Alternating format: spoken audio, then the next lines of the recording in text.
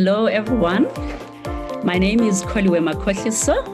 Join me for a very interesting and insightful conversation with Saray Khumalo on Because It's There. Because It's There with Saray Khumalo is proudly sponsored by Vuma. Hello, everybody. Good evening, good morning, whatever time you're joining us. We welcome you to Because It's There, a podcast about leadership of self. George Mallory was asked, why climb Everest? He said, because it's there. Why be a leader? Why be great? Because you are great. You are extraordinary. And this podcast is there to remind us that it doesn't matter if you're on the summit. You know, at some point, you're going to be in the valley, but you are still great and you are still a leader. And today, to remind us in this Women's Month, August, is Kholiwe Makhohliso. Kholiwe, welcome to Because It's There, and thank you for accepting our invitation today. Thank you, Sarah. I'm really honored to be here. Definitely. Fantastic. So I'm going to start with a little bit of an icebreaker. I'll start a statement and I would like you to finish it. I am a phenomenal woman because... I am a phenomenal woman. And I thought about this one. Let me... this was like, wow, will it fit in one sentence or what? But, you know, it took me exactly to Maya Angelou's poem, Phenomenal Woman. You know, when I read it, that's Kholiwe, that's me. Yeah. Free-spirited, adventurous. You know, I wear my heart on my sleeves. I love dearly. And some people think I'm mysterious. That's how simple I am. So in my unique way, if you're reading Maya Angelou, you are truly defining who Kholiwe is. That is amazing. I love that. I've known you for a short period of time. The free-spirited bit is something that I definitely can relate to, especially when we were on the trails to the roof of South Africa, Mafadi. So let's go to your values. You are revered as a risk taker. More often than not, that kind of quality is fostered in one from childhood, where a child is encouraged to be curious and adventurous in a way. Does this line of thinking ring true where you are concerned?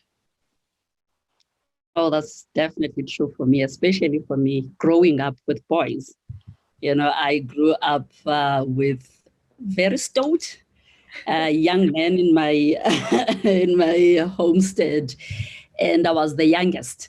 So I learned, you know, very early how to be adventurous, you know, playing with boys, doing boy stuff. So from an early age, that has been instilled in me through my siblings, and something that one has taken out into the streets in terms of how you fend for yourself and being curious generally about life. Yeah. And to add on that, my parents, you know, my mom was was a nurse, and my father was a teacher, but they were broad-minded. They were, you know, they encouraged us to really explore. I used to say when I was young, I traveled even before I traveled, because in my mind, I knew what I wanted. You know, I wanted to travel one day. I knew Paris in my mind. I knew the United States before I went there. So it was that exciting when I finally got that opportunity, because from a young age, I've always been curious about things. Yeah. Absolutely. I don't believe curiosity killed the cat. Curiosity created people like you, amazing and phenomenal leaders of today. So outdoors, you are an outdoorsy person, if I may call you that. You are a rider as well, something that I found interesting about you. Your most audacious journey was a 15-day ride on a US Route 66 from Chicago to LA. I believe it was in 2017, alongside a group of strangers, which is quite interesting and really daring for one to think about. What were some of the deepest interpersonal learnings you received while on this journey with other riders? You know, that trip, I call it my pilgrimage. 2017 was really a very interesting year for me. Yeah. Memorable for many things. It was tough from a professional side, but also, quite a success from the academic side. Yeah. That's when I completed my program at Harvard.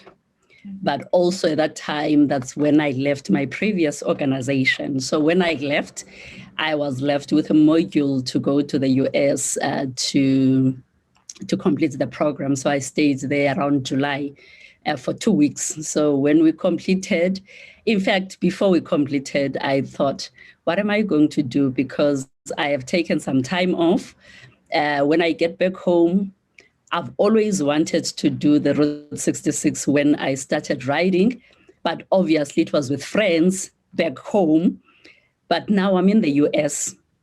I can actually do it. So what I did was just go online. It was midnight, impromptu decision. I book. It's not that cheap, but I think I was mentally prepared because it's something that I had planned for many years.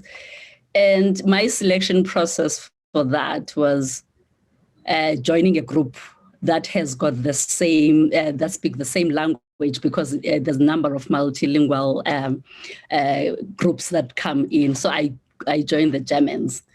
And it was actually triggered more so, Sarah, by the fact we were doing, my last program was at HBS was authentic leadership.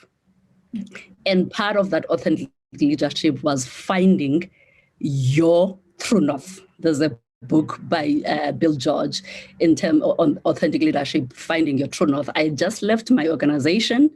I completed the program at Harvard, but it just triggered that, I needed to take this route and this trip just to find myself, understand when I left the organization, what were the triggers, what do I want to do next, what kind of an organization that I want to join, how will my family life look like? Because we are in a pressurized environment. We are single. I'm a single parent, and do I want to go back to an organization where I'm going to have less time for my kids? So what I've found in that journey has been multiple things. First, meeting a group of strangers that turned up being friends. Yeah. And the first few days, I had to adapt, getting to know them, similar to your adventures in terms of mountaineering, because you're meeting strangers, you don't know what to expect. It was 15 days across 8 states, with these guys. So I had to find a way that I've paid this much, I need to enjoy myself. So my free spirit, really, you will see some of the pictures I'll share with you. I really went in to say, you know what, I will get to know them. I will love them. They will love me. We're going to have fun. And fun we did have for those 15 days. Yeah. Obviously, at the beginning, there are certain glitches that you'll find from a workspace in a leadership position with colleagues. But within a few days, I think I was the center of attention. I was the only South African and the only one who came alone in the group, because it's always with couples and all that. So when I joined them, it was fun from South Africa. And that's what I learned, how to adapt in a group dynamics, how to really forge friendships. Yeah. Because you come out of those engagements with great friendships that you take for a lifetime. That is that. And I think from the perspective of finding myself, every city that we crossed, after every kilometers we traveled, I had a moment of introspection in terms of the things I would do better, the things I might not have done better, even if I was not in the wrong. And sometimes those learnings come through these journeys, because when you are hit with certain hard times at times, you feel you cannot move on. But for me to move on was to learn from the lessons of what had happened prior. So it was a truly pilgrimage moment for me. Yeah. That sounds like climbing. You're absolutely right. You find yourself, and you can't help but be honest with yourself during that journey. Absolutely love it. You make me want to try and find out what this is all about, and it's something that I want to do effectively. That would be very interesting. So you are a leader in the IT environment. When did you first realize? I know you didn't necessarily study, IT. When did you first realize that you were born to be a leader in the IT field specifically? Or did you ever? Was it just a leader in general, or IT is something that talked to you at a certain point? It talked to me at a certain point. Yeah. But I think if you look at my journey, it actually led me to the disruption space of ICT. At the time, I knew I wanted to do something. I knew that I would do something of substance.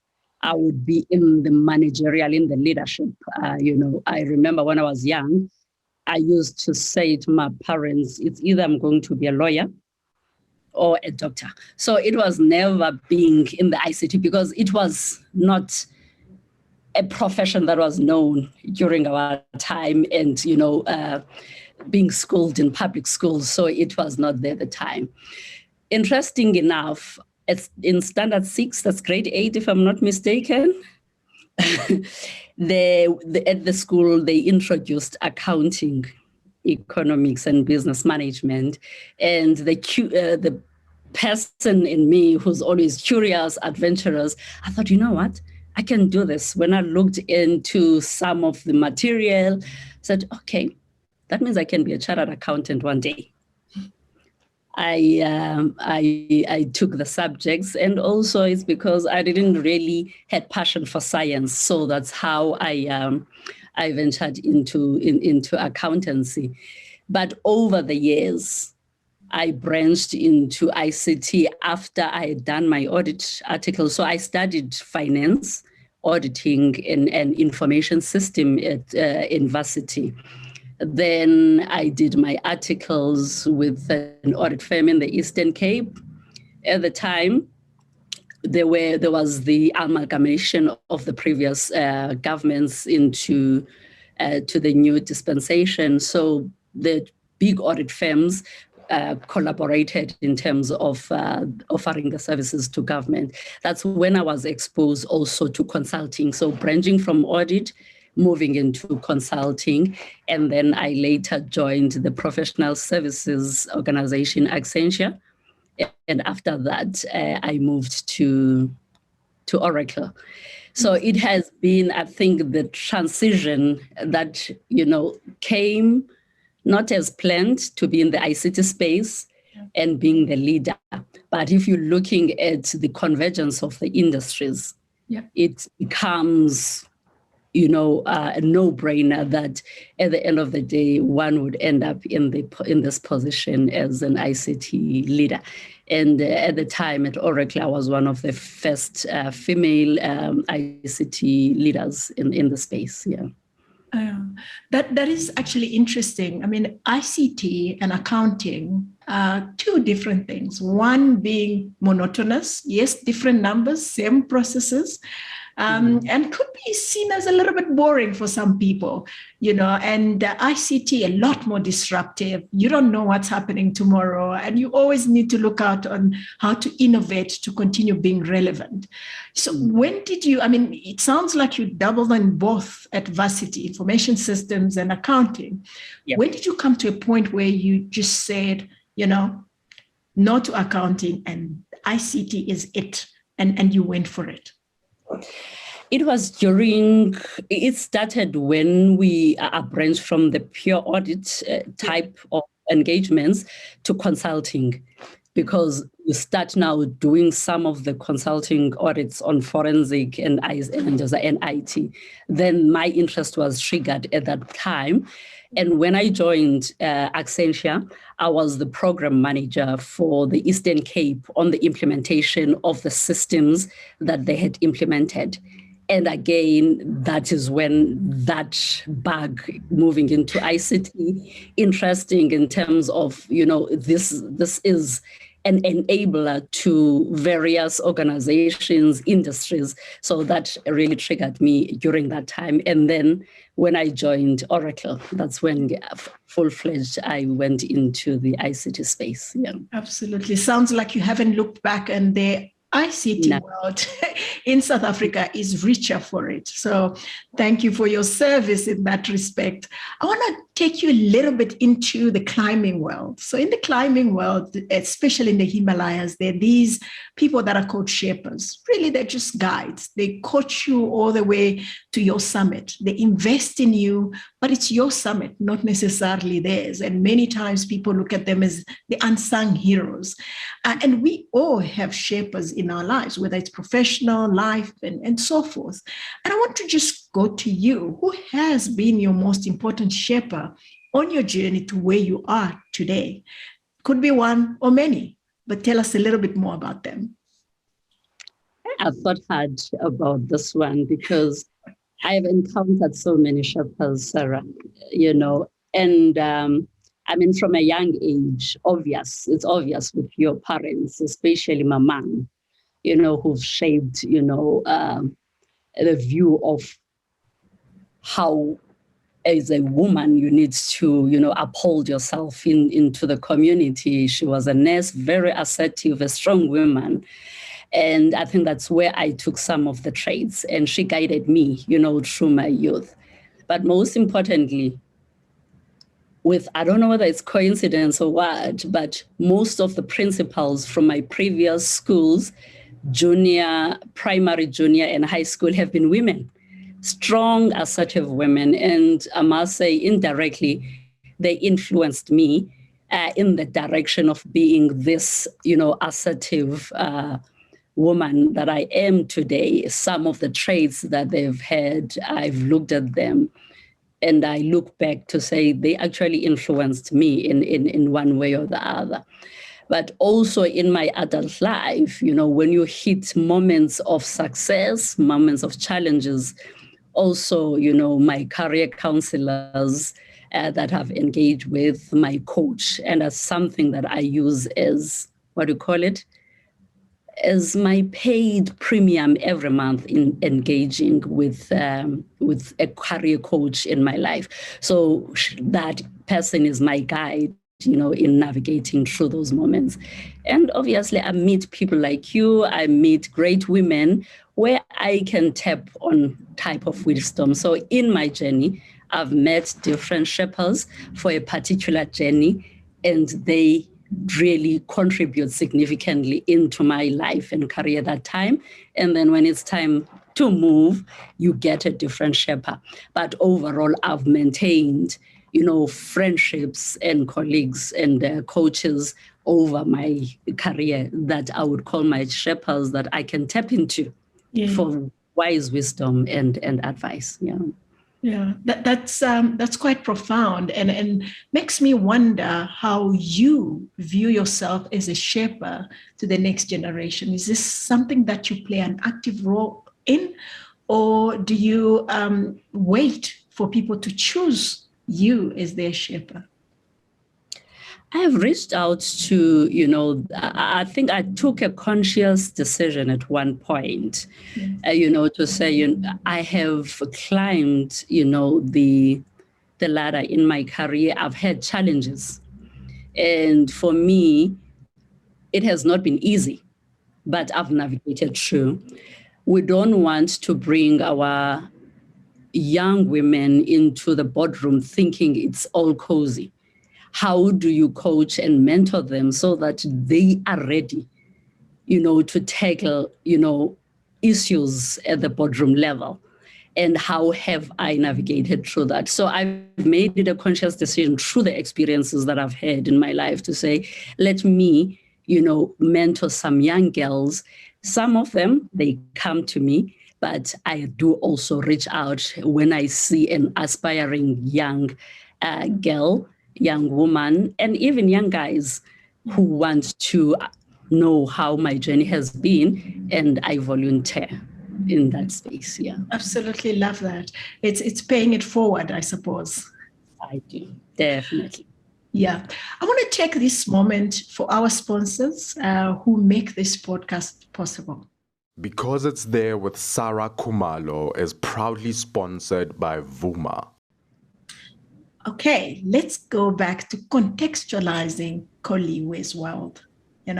We talked about how you moved from, accounting into ICT. I want to just go back to that because there is a young girl or young boy out there or young executive that's probably battling with the same, because if you look at most of us, there are certain fields that parents say, go for this one. Then you get to a point where I did it, I passed it, but it's not working. So in that context, I want to bring you back to, you changing your career from finance, accounting, auditing, and a CFO at some point to branching into consulting and ICT sector. In modern day, people would equate that to really disrupting yourself. Do you agree with that or not? And what's the process that you took to assertively move from one field to the next? No, definitely, it's disruptive. I think I had to go back and look at my career journey. When people ask me, what made you, change course along the way? Could it be because you felt you were not in the right direction as it relates to career? No. For me, it has been that I've been curious. And I think coming from an auditing world, we audit various organizations. You get to be triggered and be interested in various industries, whether it's financial services, government. So that also influenced my curiosity in terms of, with my profession, I can venture into various fields. I was not only limited to accounting and auditing, but the auditing and accounting background infused with information system and my exposure to various audits of various organizations, it really ignited the fact that I can do anything.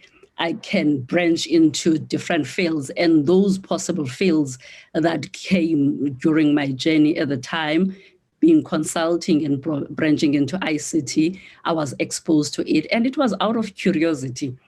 An example of how I became a CFO, it was during the time I had left. We had finalized the contract with when I was doing the program management in the Eastern Cape. And during that time, we're engaging with a number of CFOs and DGs for certain decision making. And it made me so curious when you see some of decisions that are not taken timelessly, and some of the things that when you are sitting from an outside, you feel, what, I think I can do this and do something better of this role. So it triggered that curiosity of saying, what, I could be the CFO. I started small with the National Treasury as the first CFO when the organization had just been proclaimed. And it gave me a challenge because it was a new entity that had just been proclaimed in government. I had to put processes, and it was a clean audit during my tenure. So I achieved the objective and that curiosity to say, I want to understand what role that role entails, what impact it has on organizations. So I've been triggered by those curiosity as I went through my journey. And the same thing I've mentioned when I was at Accenture, how I ventured into some of the audits and implementations in the ICT. And then I moved to a pure technology firm like Oracle and Software AG. Yeah. Wow. That's quite an interesting journey, but there's it's willingness to start from somewhere, having a vision in terms of where you want to go. That's brave. I always say I'm a restless soul. I'm always looking for new adventures. Absolutely. Even if I'm in the organization for a number of years, I cannot stay in the same position if it's not bringing and inciting new interest. But luckily, I think I've found my space with technology because it's evolving. Yeah. And what we're offering to our customers, and the need for technology these days and the evolution, it's something that is exciting me on a daily basis. Yeah. Absolutely. So, as Vice President and Country Managing Director of the renowned German headquartered software company, Software AG South Africa, what do you make of the idea of Moore's Law in our lives? Essentially, the perpetual and rapid rise in technology and advancement. Can the human spirit still persist in a world full of AI? Yes, I still believe so.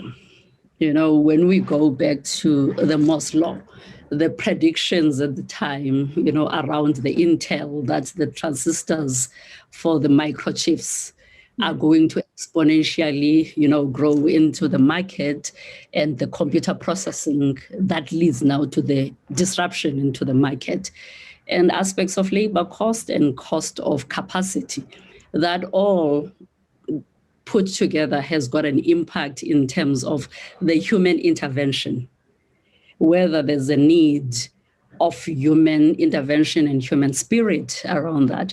I still believe if organizations are able to adopt this strategy up front, they will be able to have this convergence of the different units together to provide space for that human interaction and the human spirit to already thrive in the space of digital transformation for IR, that still there's a requirement of human factor. If I'm getting you right, it's a question of how do you now channel the requirements of human resource requirements within this digital world. Now there's a need of the new skills, new digital skills in the space, your data scientists, etc. How do we now augment that as the organizations in terms of our restructuring? So you cannot talk digital acceleration without the human factor and the skills aspect that links to that. If that's what you are framing as the human spirit, there will always be. We'll never do away. Whether there's robotics, there's artificial intelligence, etc. I still do believe that human spirit and interaction is something that will still be required for years to come. I don't know what you think about that. Absolutely. There's a lot of fear with people to say, if the robots are going to do my job, where is my space in this world or in the workplace? But as you rightly point out, relevant jobs are going to come up. I guess we're going to do better. We're going to be a lot more efficient because the menial stuff is going to be taken care of by AI, in my opinion. And I suppose the curriculum will change at some point completely. It's evolving already, and which is why I personally am also passionate about digital literacy in our schools, to make sure that the next generation remains relevant in an AI world. That's so important, because we cannot teach kids, whether it's at junior, high school, varsity, to prepare them for entry in this digital transforming world with the same, type of level of education that we had. Now we're starting from an academic perspective to change, the academic structure for the digital skills and future skills of our kids so that they are ready. And it's something that we're doing, for instance, at Software AG in terms of investing in innovation labs. As much as it's not part of the curriculum, we are building the 4IR classrooms so that the kids at the communities have got access and an understanding when we talk robotics, artificial intelligence, etc. What do we mean? What do we understand and mean about fourth industrial revolution, so that they are widened and open-minded when they go to varsity, which subjects to choose. But it also triggers innovation, Sarah. And I believe we've got huge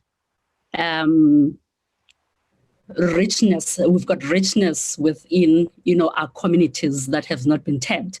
Yes. So reaching out to them, brings forth level of innovation that these kids can come out with going into the future. That's what I believe.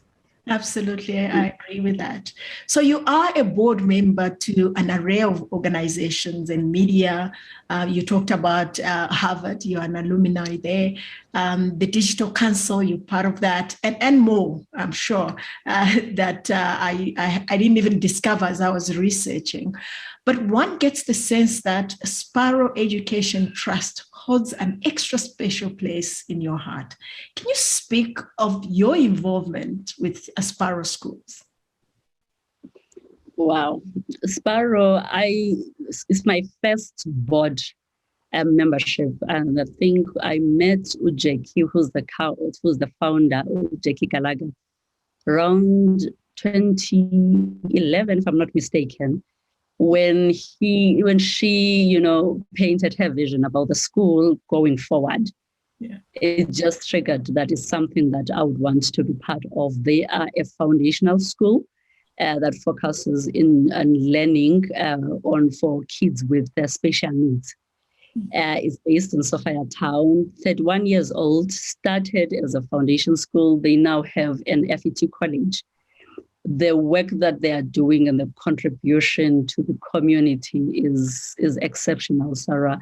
And actually, the success rate of what they are doing, the teachers and the management, it's amazing. Yeah. It's a school that is really providing a unique set of education for kids that would not be, into the mainstream, and they are doing it successfully. They are doing it with passion. I'm just going to 2020 when we're hit with COVID. It surely showed that they are really a school for the community, for the society, because they reached out, and went all out to support even the extended community members of their school, of their kids at school who were hit by COVID and during this unrest. And even during this vaccination process, I mean, the high rate for the teachers that have been vaccinated, no incidents, very few teachers that have been exposed, kids. So it's really, I could go on around the school in terms of what they are really contributing. And they rely on sponsorship, sponsorship from various organizations who will fund, but they've been going strong for 30 years. That is a long time. And I'm very passionate about changing the narrative for the next generation through education. And those type of stories warm my heart and make me believe that indeed we can. And we don't have to do it all today, but we can chip at it if we all did our part. So absolutely exciting project. It says each one touch one until we're all educated. We must play our own roles, no matter how small we believe, but the impact can be much bigger. Absolutely. This being Women's Month, I couldn't resist but drop in a question about women leadership. If we look at our societies and where we are coming from, we're coming from mainly patriarchal societies. So it wouldn't have been obvious about 100 years ago that we'll find somebody like you, like myself, sitting in the boardroom. Do you think we've done enough? Do you think we are waiting for permission to speak still in those boardrooms?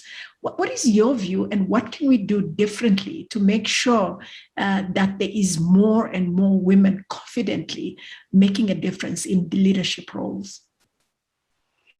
Yeah, there's still more to be done. And, the responsibility also weighs upon us who are already in those positions. Yeah. And it also talks to the point I was raising earlier on around mentorship, being authentic when we do coaching so that we help these young girls, young women, to progress in their careers in a true and honest manner. They understand what they can expect when they get into a boardroom. And how we bring those young women, how do we help them and mentor them authentically, and sharing our stories, calling on Brene Brown, opening the vulnerabilities so that they are ready and strong to tackle any challenges that they may face in a workspace, become very critical.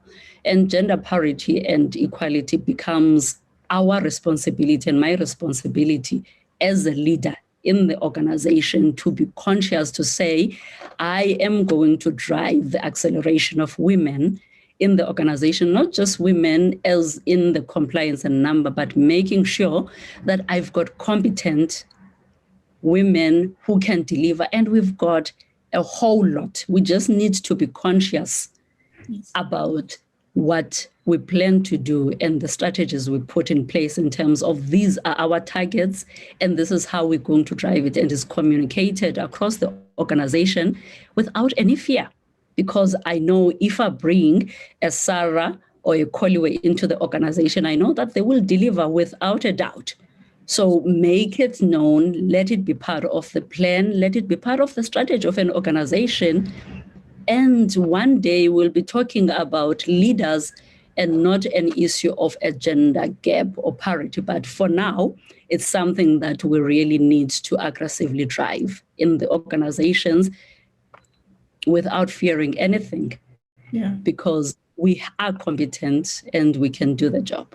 Absolutely. I agree with that. I think that's why I so much resent the idea of saying, give me a seat at the table. And I keep saying, you have the seat at the table. You already have the voice. Use it. Anyway, so my last question is a bit of an interesting one. I said, describe your best failure. And we can also say, describe your best challenge and how you used it to propel you forward. Wow, my best. I always term failure as opportunities, always. And I think that is how I have navigated through life. It's how I have turned what most would deem as failures into an opportunity of success. Yes. When I fall, I rise strongly. And it's because I learn from my mistakes. Yeah. In my journey, I've had many detours. Can I single out one major challenge that I've faced? Difficult. And I think over the years, I have experienced much more challenges than the challenges when I was young. I thought they were big. It's just that now I have learned how to deal with those challenges in my life and being positive during moments of pain and challenge, and, rise up from that moment and be a better person. And I think out of each challenge that I've faced, I've become a much better person than I was before. Yeah. And today, am I having different challenges? It may be different challenges, but I know now how to tackle those challenges as a person. I've matured. Our challenges are opportunities. I love that. I'm going to take that away from this conversation. Kholiwe, you recently summited Mafadi with me and a few other people. Can you tell us one lesson that you picked up through this journey from Njasuti all the way to the top and back? What did you pick from that? I know you say you want to do more of that. Why? I've always wanted to hike, climb mountains ever since you guys made it popular. Let me put it that way, you and sisters. And fortunately, unfortunately, had to get the opportunity only now. You won't believe, I was looking back at my my pictures and photos. I had made a note way back, was it 2015, that I would want to do climb Kilimanjaro, but I've always been postponing, and now the opportunity came through. I think the group joining my FAD this time, I was well prepared. I didn't know that I was prepared. And I think when I met you, it was at the right time, because mentally, I was like, I need to do certain things differently, cycling, exercising. So by the time you came on board, I was like, then this is the right opportunity. I'm signing. I'm not even having any doubts.